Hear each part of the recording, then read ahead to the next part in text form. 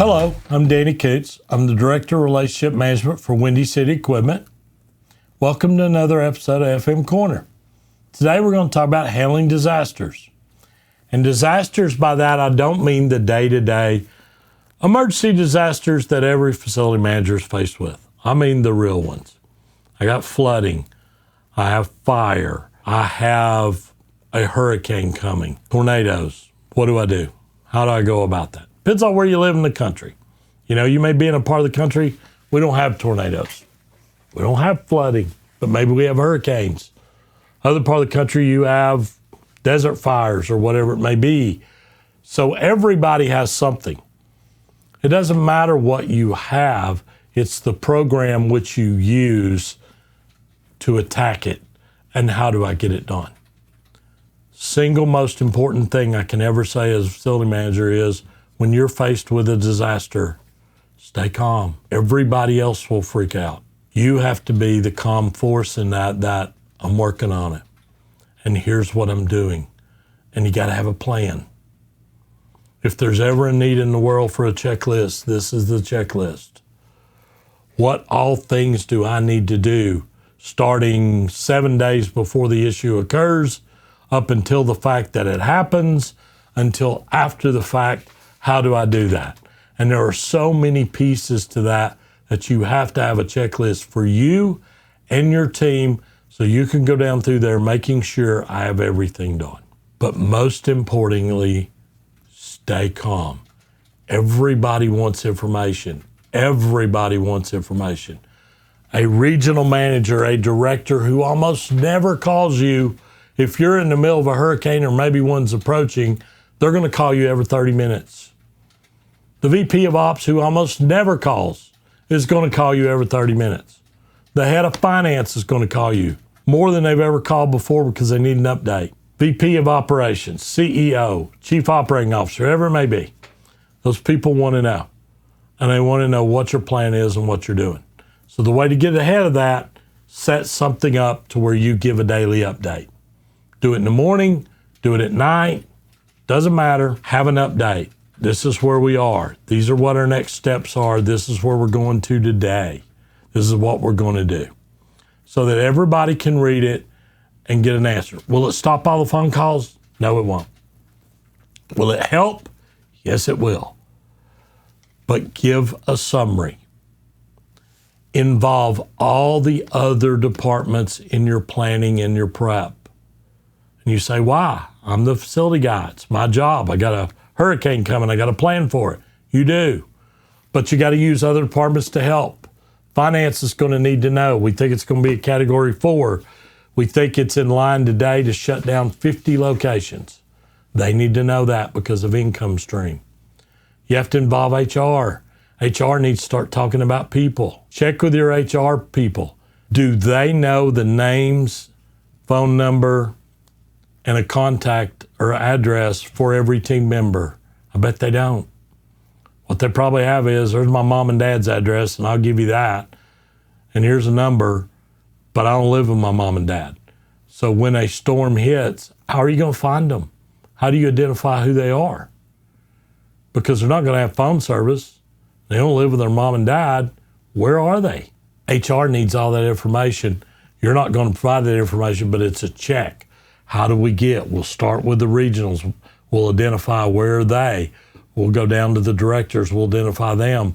We'll identify the general managers. We'll ask for help from the general managers to communicate down the line to their team to identify where the team members are. Because like in many cases, and I dealt mostly with hurricanes, but after the hurricane hits, there's no service. You can't contact anybody. A team member never thinks about picking up the phone and finding a way to get to a phone or somewhere and calling and telling you they're okay. They don't ever think about that. Never. So you can't find them. So you're out there trying to figure out, where are we? Is there anybody missing? Is something happening? Where do I need to be? Think about that. The other part about being out of phone service and not having all that is, where's my backup plan? If I have regional contractors or something like that, and I'm going to send them to certain markets to help with the aftermath or so on, how am I going to get a hold of them if there's no service? Maybe you send them walkie-talkies and you have one in the office and they have one. Maybe you send one to your 4 VPs of operation and they have a walkie-talkie, so that you have an ability to communicate with them should the storm or whatever it may be comes directly through their area and knocks out other forms of communication. You know, because they can't email you and they can't call you and they can't text you. What are they going to do? Have an option. Provide an option for them. Send your contractors, if you're going to use contractors for storm cleanup or damage or whatever, send them out to certain locations already or areas near but not in the target area of the storm, so that once the storm hits or once it's identified that here's where it's coming, it's going to be here in 48 hours, they're already in position to get to those locations to do what needs to be done. Decide when you're going to board. If it's a hurricane, when am I boarding? When it hits category 4, I'm boarding. As long as it stays category 3, I'm not. Whatever your decision is. And remember, if you board locations up and the storm passes and never hits that market, your operators are going to be all over you about wanting to get the boards off the building and get them open. Make sure you got a plan. Make sure your contractor or somebody is in that market where they can go over there and get the boards off the building so you can get reopened. And you remind your team members of that. This is our program as we go forward. It's just as bad to board up early and nothing ever happened as it is to not be able to get the boards off after the storm passes and you're the only restaurant on the block that can't get open because you can't get the boards off your window. At the end of the day, try to make the best decision you can. What you care about are people's lives.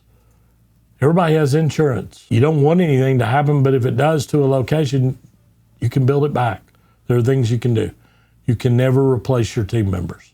So always think about your team members. Make sure you have that checklist.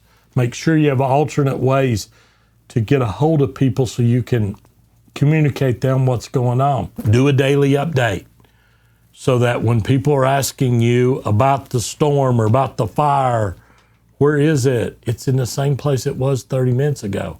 It's coming. Here's what I think and so on. But put that summary sheet out first thing in the morning or at the very end of the day and try to lead people to. I've tried to put all the information in the summary, but also understand people are very worried and they are focused on their individual part and they're trying to help, but they want your help because they're looking for you as the person who's going to provide them the information they need. That's a good thing. That's what you really want at the end of the day. But be very calm. Be very calm to the operations people you talk to. Make good decisions early. Communicate with your team. Talk to your peers. Talk to operations people. Talk to your peers in other restaurant companies who have locations in the same market you do. Hey, what are you doing? What do you think? Is this what you heard? Is this the way the storm's coming or the flood's coming or whatever? What programs are you doing? You know, if you're on the coast, are you sandbagging your locations? Any of those type of questions, call your peers, ask them. See if your plan aligns with what they're doing. Because if it does, it helps you sell that to the people you need to. I've talked to 3 of our competitors. We're all 4 doing the same type program. But at the end of the day, you have to manage as best you can, and you manage with unknowns. But at the very end, stay calm. You have to be the voice that people listen to. I got it. I'm working on it, and I'm going to make it right. And I'm going to do everything I can to do the very best job for the company. Your support is appreciated. Tell them that and keep the checklist right beside you so that you make sure I didn't miss something that could turn out to be very critical. Best of luck. That's my episode today on handling disasters. Hope you enjoyed it. Feel free for any feedback or comments that you may have. Look forward to seeing you down the road on another episode.